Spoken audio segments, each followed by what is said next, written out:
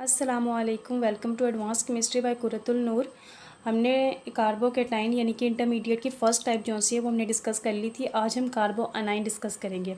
Carbocation के बारे में थोड़ा सा मैं आप लोगों को बता देती हूँ कि अगर हम कार्बन के ऊपर कोई भी मिथाइल ग्रुप है, हमारे पास कार्बन के ऊपर अगर पॉजिटिव चार्ज लगा होगा तो वो मिथाइल कार्बोकेटाइन बन जाएगा। ठीक है ना। इसी तरह इथाइल कार्बोकेटाइन बन जाएगा।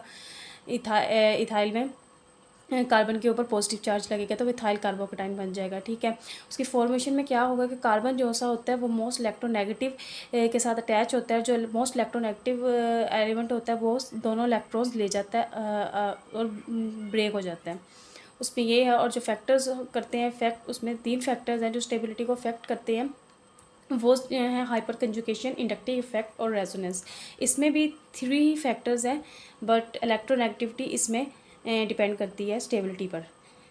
इसमें 4 फैक्टर्स हैं, उसमें 3 फैक्टर्स थे। और ये जो है कार्बो अनाइन जो से होते हैं वो sp2 होते हैं, sp3 होते हैं सॉरी। और जो कार्बोकेटाइन है वो हमारे पास sp2 होते हैं। ठीक है। अब हम कार्बो अनाइन को देख लेते हैं कि कार्बो अनाइन क्या है। द ऑर्गेनिक आइन carrying negative charge on carbon atom, यानी कि कोई भी ऑर्गेनिक आइन जो कैरिंग करता है कार्बन के ऊपर नेगेटिव चार्ज, उसको हम कार्बो अनाइन बोलते हैं। और इसकी डिफाइन दूसरी भी हो सकती है, the anions having 3 valent carbon atom, यानी कि कोई भी अनाइन है माइनस है जो चार्ज जो है हमारे पास अनाइन वो कार्बन के ऊपर होता है ना। अगर कार्बन के साथ 3 वेलेंट इलेक्ट्रॉन्स भी अटैच होते हैं with a lone pair of electrons, और कार्बन के साथ लोन पेयर भी होता है, कार्बन के ऊपर लोन पेयर भी होता है और माइनस चार्ज भी अगर लगा दें तो उसको हम कार्बो अनाइन बोलते हैं। सर मिथाइल कार्बो अनाइन है, हमारे ऊपर नेगेटिव चार्ज लग गया, नेगेटिव चार्ज सॉरी यहाँ पे नहीं लगना था, यहाँ पे। ठीक है। ये मिथाइल कार्बो अनाइन हो गया। और ये हमारे पास इथाइल कार्बो अनाइन है, CH2 बॉन्ड CH3, तो इसके ऊपर नेगेटिव चार्ज लग गया और हमारे पास 2 लोन पेयर है, एक बॉन्ड पेयर है। ठीक है। और उसके बाद हमारे लोन पेयर है सॉरी। उसके बाद हमारे पास आ जाता है आइसोप्रोपाइल कार्बो अनाइन, उसके बाद बेंजाइल कार्बो अनाइन, उसके बाद साइक्लोप्रोपेनाइल कार्बो अनाइन, उसके बाद अलाइल कार्बो अनाइन, उसके बाद हमारे पास है विनाइल कार्बो अनाइन। वो सब हमने देख ली थी। उसकी एग्जांपल्स के कार्बो अनाइन की कौन कौन सी एग्जांपल्स हैं। उसके बाद आ जाता है फॉर्मेशन ऑफ कार्बो अनाइन। अच्छा, फॉर्मेशन ऑफ कार्बो अनाइन से पहले हम कार्बोकेटाइन का फिर दोबारा थोड़ा सा बता देती हूँ कि कार्बोकेटाइन में क्या था। जो कार्बन है उसके साथ मोस्ट इलेक्ट्रोनेगेटिव एटम अटैच होता है, मगर कार्बो अनाइन में इससे ऑपोजिट है कि व्हेन कोवलेंट बॉन्ड, यानी कि कोवलेंट बॉन्ड जो है in which carbon is linked to less electronegative atom और ग्रुप। जो कार्बन है ना वो कम इलेक्ट्रोनेगेटिव, जो लेस इलेक्ट्रोनेगेटिव एटम होगा ना, मॉलिक्यूल होगा, उसके साथ अटैच होगा जाके। ठीक है। फिर उसके बाद बॉन्ड जो सा होगा ब्रेक हो जाएगा बाय हाइड्रोलिटिक क्लीवेज से। तो जो कार्बन एटम है ना, कार्बन एटम इस वाले एटम से ज़्यादा इलेक्ट्रोनेगेटिव होगा ना, तो वो दोनों इलेक्ट्रॉन्स जो इस बॉन्ड में है, 2 इलेक्ट्रॉन्स वो अपनी तरफ ले लेगा। ठीक है। Takes away both bonding electrons and acquire negative charge, उसके ऊपर नेगेटिव चार्ज आ जाएगा। और ये वाला बॉन्ड ब्रेक होके इसके ऊपर पॉजिटिव चार्ज आ जाएगा। ठीक है। अब हम रियल वाली एग्जांपल ले लेते हैं। हमने बेस लिया है माइनस, ठीक है, और उसके साथ हमने कार्बो अनाइन कोई सा भी लिया ये वाला। तो इसमें ये जो सा बॉन्ड है ना, कार्बन के साथ जो सा बॉन्ड और हाइड्रोजन के दरमियान जो बॉन्ड बना है, तो ये वाले इलेक्ट्रॉन्स जो से होते हैं ये कार्बन हाइड्रोजन से ज़्यादा इलेक्ट्रोनेगेटिव है, तो ये वाले इलेक्ट्रॉन्स ये अपनी तरफ खींच लेगा। और जो हाइड्रोजन है ये OH के साथ चला जाएगा, इधर जाके वाटर एलिमिनेट हो जाएगा। जब इलेक्ट्रोलिटिक होगी, वाटर एलिमिनेट होगा, ये वाले इलेक्ट्रॉन्स अपनी तरफ दोनों इलेक्ट्रॉन CH2 लेके और ऊपर नेगेटिव चार्ज ले लेगा और वाटर एलिमिनेट हो जाएगा इधर से। अच्छा, हाइड्रोजन को लेने का यही मकसद था कि जो इलेक्ट्रॉन्स हैं कार्बन को मिल जाएं, दोनों कार्बन अपने इलेक्ट्रॉन्स ले ले और हाइड्रोजन जो है वो बेस के साथ मिलकर कंबाइन होके एलिमिनेट हो जाए। उसके बाद है NH2 की एग्जांपल हमारे पास। NH2 को जब हम रिएक्ट करवाएंगे अल्काइन के साथ, तो फिर इधर से बॉन्ड ब्रेक होगा और ये 2 इलेक्ट्रॉन्स कार्बन की तरफ आ जाएंगे और इसके ऊपर नेगेटिव चार्ज आ जाएगा और NH3H इधर चला जाएगा और NH3 निकल जाएगा। ठीक है। ये तो हमने देख लिया कि कार्बोकेटाइन में मोस्ट इलेक्ट्रोनेगेटिव जो एलिमेंट होता है वो इलेक्ट्रॉन्स लेके जाता है, और कार्बो अनाइन में जो कार्बन है और इस कार्बन अटैच होता है लेस इलेक्ट्रोनेगेटिव से, और कार्बन दोनों इलेक्ट्रॉन्स अपनी तरफ ले लेता है, खींच लेता है। उसके बाद हम कैरेक्टरिस्टिक्स देखते हैं अब ये जो से कार्बो अनाइंस होते हैं ना, ये इलेक्ट्रॉन रिच होते हैं, इनको ये इलेक्ट्रॉन में बहुत ज़्यादा रिच होते हैं, ये इलेक्ट्रॉन डेफिशिएंट नहीं होते। जो कार्बोकेटाइन थे वो इलेक्ट्रॉन डेफिशिएंट होते थे, उन्हें इलेक्ट्रॉन की ज़रूरत होती थी। इलेक्ट्रॉन रिच होते हैं, इन्हें इलेक्ट्रॉन की ज़रूरत नहीं होती, ये इलेक्ट्रॉन्स अपने दे सकते हैं, और वो लेते होते थे अपना ऑक्टेट कंप्लीट करने के लिए carbocation. They have electron rich carbon atom having 8 electron units valence shell. इनके वैलेंस शेल में 8 इलेक्ट्रॉन्स होते हैं। 8 इलेक्ट्रॉन किसकी वजह से हैं कि ये इसके ऊपर जो नेगेटिव चार्ज आया है उसकी वजह से है, ठीक है। बॉन्ड जो हमारे पास ये इलेक्ट्रॉन जो बॉन्ड ये माइनस चार्ज जो आया है इसके बट 2 इलेक्ट्रॉन्स है ना, 1 2 3 4 5 6 7 8 इसके बाद 8 आउटरमोस्ट शेल में इलेक्ट्रॉन्स हैं, तो ये इलेक्ट्रॉन रिच है, उसका ऑक्टेट कंप्लीट है। दे आर न्यूक्लियोफाइल, ठीक है, ये न्यूक्लियस लविंग है और वो इलेक्ट्रोफाइल थे, ठीक है। ये चूँकि न्यूक्लियोफाइल है तो ये प्यार करेंगे, पॉजिटिव से प्यार करेंगे, पॉजिटिव को लेना चाहेंगे ना, तो न्यूक्लियोफाइल होते हैं। दे हैव पायरामिडल ज्योमेट्री, यानी कि पायरामिडल ज्योमेट्री कैसे, इनके पास 3 बॉन्ड पेयर है, 3 बॉन्ड पेयर है ना, ये देखें, 1 बॉन्ड पेयर, 2 बॉन्ड पेयर और 3 बॉन्ड पेयर, ठीक है, और 1 लोन पेयर और 1 लोन पेयर इनके पास है, ठीक है। तो फिर 3 वैलेंस इलेक्ट्रॉन्स हैं, 3 सिग्मा बॉन्ड्स हैं, 3 सिग्मा बॉन्ड है और 1 लोन पेयर है, 3 और 1 4, और 4 वाली हाइब्रिडाइजेशन मैंने आप लोगों को करवाई थी, तो हाइब्रिडाइजेशन जो 4 वाली वो क्या होती है, sp3 होती है, ठीक है। ये sp3 है, पायरामिडल ज्योमेट्री होती है इनकी, और 3 सिग्मा बॉन्ड है, 1 लोन पेयर है, 3 बॉन्ड पेयर है, 1 लोन पेयर है, ठीक है। हाइब्रिडाइजेशन मैंने बता दी sp3 है। They are diamagnetic in nature, diamagnetic होते हैं यानी कि इलेक्ट्रॉन पेयर्ड होते हैं, और जो पैरामैग्नेटिक होते हैं वो अनपेयर्ड इलेक्ट्रॉन्स होते हैं, इलेक्ट्रॉन्स पेयर अप नहीं होते, इसमें इलेक्ट्रॉन्स पेयर हो जाते हैं। और ये इन्वॉल्व होते हैं, यानी कि हम चैप्टर देखेंगे एल्डिहाइड और कीटोन वाला, उसमें हमारे पास रिएक्शंस होते हैं, अल्डोल कंडेंसेशन, नाइजेरो रिएक्शन और परकिन रिएक्शन में काफ़ी इन्वॉल्व होते हैं, ठीक है। कार्बोकेटाइन हमें वहाँ इन रिएक्शंस में मिलेंगे देखने। उसके बाद हम इसका स्ट्रक्चर देख लेते हैं, ठीक है। हमारे पास कार्बन का मॉलिक्यूल है, ठीक है, कार्बन हमारे पास 4 है और इसके ऊपर नेगेटिव चार्ज है, 2 एक लोन पेयर था तो ये 1 लोन पेयर इसके ऊपर आ गया, ठीक है।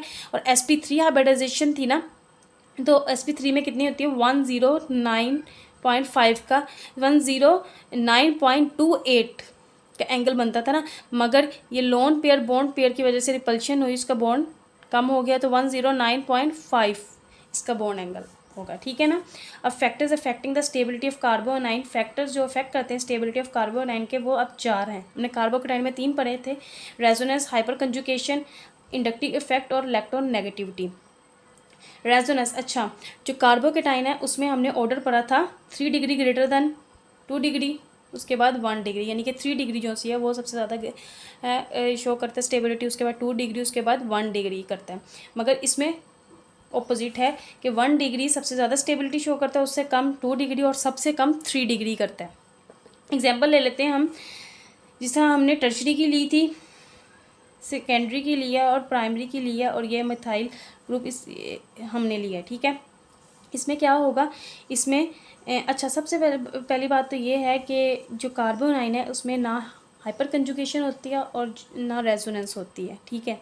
इसमें कोई भी अल्फ़ा कंपाउंड्स नहीं बनते, अल्फ़ा हाइड्रोजन नहीं बनते, ठीक है, वो मैं आप लोगों को आगे एक्सप्लेन करूँगी। अच्छा, इसमें ये जो सा है, अगर ये देखें 3 मिथाइल ग्रुप है, इसमें इंडक्टिव इफेक्ट होगा, क्योंकि इसमें कोई भी पाई इलेक्ट्रॉन्स नहीं है, तो हाइपर कंजुगेशन कैसे होगी। इसमें रेजोनेंस भी कोई नहीं, पाई नहीं है, बॉन्ड किधर से रेजोनेंस, कौन सा स्ट्रक्चर किधर शिफ्ट होगा, नहीं होगा, तो इसमें इंडक्टिव इफेक्ट जो सा होगा वो हम देखते हैं। ये मिथाइल है, मिथाइल के अंदर टेंडेंसी होती है अपने इलेक्ट्रॉन्स डोनेट करने की, ये इलेक्ट्रॉन डोनेट करेगा, ये इलेक्ट्रॉन डोनेट करेगा, ये इलेक्ट्रॉन डोनेट करेगा। ये इलेक्ट्रॉन जब डोनेट करेगा तो ये तो कार्बन तो पहले ही इलेक्ट्रॉन रिच है, इसके पास तो पहले ही इलेक्ट्रॉन कंप्लीट है, और ये कंप्लीट है इसका ऑक्टेट, इसे इलेक्ट्रॉन नहीं चाहिए, तो ये अनस्टेबल, मोस्ट अनस्टेबल हो जाएगी फॉर्म, ठीक है ना। इसमें 2 इलेक्ट्रॉन्स इसको देंगे, डोनेट करेंगे 2 मिथाइल ग्रुप, तो ये इससे कम स्टेबल होगी, ये भी अनस्टेबल हो जाएगी। ये 1 मिथाइल इसको देगा अपना इलेक्ट्रॉन, तो ये भी अनस्टेबल हो जाएंगे। और ये जो मिथाइल है ये तो न्यूट्रल है, ये तो किसी को नहीं देगा, तो सबसे ज़्यादा स्टेबल ये है। उसके बाद ये अनस्टेबल है, ये भी अनस्टेबल है, ये भी अनस्टेबल है, ये मोस्ट अनस्टेबल है क्योंकि इसमें 3 मिथाइल ग्रुप डोनेट कर रहे हैं। उसके बाद हम नेक्स्ट देख लेते हैं, हमारे पास है CH2, उसके ऊपर नेगेटिव चार्ज है, 1 लोन पेयर है, bond CH, double bond CH2, और हमारे पास दूसरा कंपाउंड ये है, और हमारे पास मिथाइल है, ठीक है। ABC हमने इसका नंबर दे दिया है। इसको, ठीक है। अब इसमें देखते हैं, इसमें पाई बॉन्ड आ गया, ठीक है। इसमें रेजोनेंस हो सकती है क्योंकि ये वाला बॉन्ड ये यहाँ पे शिफ्ट होगा, इसके ऊपर नेगेटिव चार्ज आ जाएगा, ठीक है। ये यहाँ पे शिफ्ट हो रहा है, यहाँ पे इसके ऊपर नेगेटिव चार्ज आ गया, ठीक है। रेजोनेंस स्टेबलाइज है ये। और इसमें तो ना हाइपर कंजुगेशन हो रही है ना रेजोनेंस हो रही है, तो इसमें क्या होगा, प्लस आई इंडक्टिव इफेक्ट होगा। ये मिथाइल अपना इलेक्ट्रॉन इसको देगा और ये वाला इसको देगा, तो ये अनस्टेबल हो जाएगी, ये अनस्टेबल हो जाएगी कंपाउंड। और ये तो न्यूट्रल वैसे ही है, ठीक है। इसमें सबसे पहले ऑर्डर जो सा होगा, जो रेजोनेंस स्टेबलाइज है वो ज़्यादा होगा, उसके बाद सी, उसके बाद बी, यानी कि अनस्टेबल है, ये स्टेबल है, न्यूट्रल कहते हैं स्टेबल ही है। और सबसे ज़्यादा स्टेबलाइज ये है क्योंकि इसमें रेजोनेंस हो रही है, इसमें जो इलेक्ट्रॉन है हमारा शिफ्ट कर सकता है, ठीक है। उसके बाद हम इलेक्ट्रोनेगेटिविटी का देख लेते हैं। इसमें इलेक्ट्रोनेगेटिविटी की बात की थी, पहला कंपाउंड ये है और दूसरा हमारे पास ये है और तीसरा हमारे पास ये है, ठीक है। ये sp है, यानी कि सिंगल बॉन्ड जो होता है वो sp हाइब्रिडाइज होता है, और जो डबल बॉन्ड होता है वो sp2, ये तो आप लोगों को पता होगा। जो 3 होते हैं वो sp होता है हाइब्रिडाइज, ठीक है। जो sp होता है ना वो सबसे ज़्यादा स्टेबलाइज होता है, ठीक है। कैसे होगा, अब इसमें देख लें, इसमें एस करेक्टर जो है 25% और पी करेक्टर सबसे ज़्यादा है 75%, ठीक है। इसमें एस करेक्टर 33% है, P2 आ गया ना, तो इसमें 66% है, इसमें 50-50% है, ठीक है। एस करेक्टर भी 50 और पी करेक्टर भी 50 है, ठीक है। अब इसमें एक चीज़ देखते हैं कि the more increase in S character the more electronegativity increases, ठीक है। जितना एस करेक्टर ज़्यादा होगा किसी भी कंपाउंड में, उतनी इलेक्ट्रोनेगेटिविटी उसकी ज़्यादा होगी, ठीक है। इसमें जो सी इसमें हाइब्रिडाइजेशन जो सी है sp में, sp की हाइब्रिडाइजेशन इस कंपाउंड में सबसे ज़्यादा है, एस करेक्टर सबसे ज़्यादा है ना, तो इलेक्ट्रोनेगेटिविटी इसमें सबसे ज़्यादा होगी, उसके बाद इसमें होगी, उसके बाद इसमें होगी। तो एक और बात है कि मोर इलेक्ट्रोनेगेटिव, कोई भी एलिमेंट जितना इलेक्ट्रोनेगेटिव होगा उसके ऊपर अगर नेगेटिव चार्ज, अगर फ्लोरीन है उसके ऊपर अगर नेगेटिव चार्ज है, ठीक है, तो वो स्टेबल है, ठीक है, स्टेबल है, ठीक है। अब एल्यूमिनियम है, अगर उसके ऊपर पॉजिटिव चार्ज है, ठीक है, तो वो अनस्टेबल है। किसी भी कंपाउंड से वो अगर उसकी इलेक्ट्रोनेगेटिविटी ज़्यादा है, ठीक है, और उसके ऊपर मगर पॉजिटिव चार्ज है, तो वो अनस्टेबल होगा, ठीक है ना। ये हमारे पास इलेक्ट्रोनेगेटिविटी का डिफरेंस आ गया। इसके बाद हम जनरल ऑर्डर ऑफ स्टेबिलिटी देख लेते हैं। हमारे पास ये कंपाउंड है, दूसरा कंपाउंड ये है और तीसरा कंपाउंड हमारे पास ये है, ठीक है। ये बेंजाइल के अगर हम फॉर्म बनाते हैं 3 है ना बेंजीन के, बेंजाइल के, ठीक है। इसमें रेजोनेंस होगी क्योंकि ये वाला बॉन्ड जब इधर शिफ्ट होगा इसके ऊपर नेगेटिव चार्ज आ जाएगा, इधर शिफ्ट होगा इसके ऊपर इधर नेगेटिव चार्ज आ जाएगा, इधर शिफ्ट होगा इधर नेगेटिव चार्ज आ जाएगा, और इस तरह ये भी शिफ्ट करेंगे, इस तरह नेगेटिव चार्ज आ जाएगा। तो ये कितने बनेंगे, 3 3 3 9 बनेंगे, और ये वाला जो सा इलेक्ट्रॉन है ये भी शिफ्ट करेगा, तो हमारे पास 10 रेजोनेटिव स्ट्रक्चर इसमें बन जाएंगे। इसमें 2 बेंजाइल ग्रुप बनेंगे तो 6 बनेंगे, ठीक है, 6, और इसका ये 7, ये वाला 7 इसका, ठीक है। ये वाला छोड़ दें, बाकी इसको देखें, ठीक है। इसका 7, तो 7 रेजोनेटिव स्ट्रक्चर बनेंगे, और इसमें 3 बनेंगे ना, एक ही बनेगा ना, एक है हमारे पास बेंजाइल ग्रुप, तो फिर एक बनेंगे 3 और इसका एक 4 रेजोनेटिव स्ट्रक्चर। तो सबसे ज़्यादा स्टेबल ये होगा रेजोनेटिव में, उसके बाद ये स्टेबल होगा, उसके बाद ये, ठीक है। उसके बाद नेक्स्ट एग्जांपल है हमारे पास, ये भी हमारे पास डबल बॉन्ड आ गया है, हमारे पास पाई इलेक्ट्रॉन्स आ गए हैं, तो इसका रेजोनेट यहाँ पे इसका बॉन्ड शिफ्ट होगा तो नेगेटिव चार्ज यहाँ पे आ जाएगा, और जब ये यहाँ पे शिफ्ट होगा इसका बॉन्ड तो इधर डबल बॉन्ड और इधर नेगेटिव चार्ज, तो 2 रेजोनेटिव स्ट्रक्चर्स बनेंगे, एक इधर से और एक इधर से। तो ये इससे ज़्यादा स्टेबल होगा मिथाइल से, ठीक है, मिथाइल न्यूट्रल है। उसके बाद इससे, क्योंकि इससे ज़्यादा स्टेबल होगा ना, क्योंकि इसमें तो इंडक्टिव इफेक्ट अप्लाई हो रहा है, इसमें तो कोई डबल बॉन्ड नहीं है और ना रेजोनेंस कुछ बन रहा है, ठीक है, ना हाइपर कंजुगेशन हो रही है, हाइपर कंजुगेशन तो वैसे ही नहीं होती ना इसमें, ठीक है। तो ये अपना इलेक्ट्रॉन इसको देगा तो ये अनस्टेबल हो जाएगा, ये अनस्टेबल,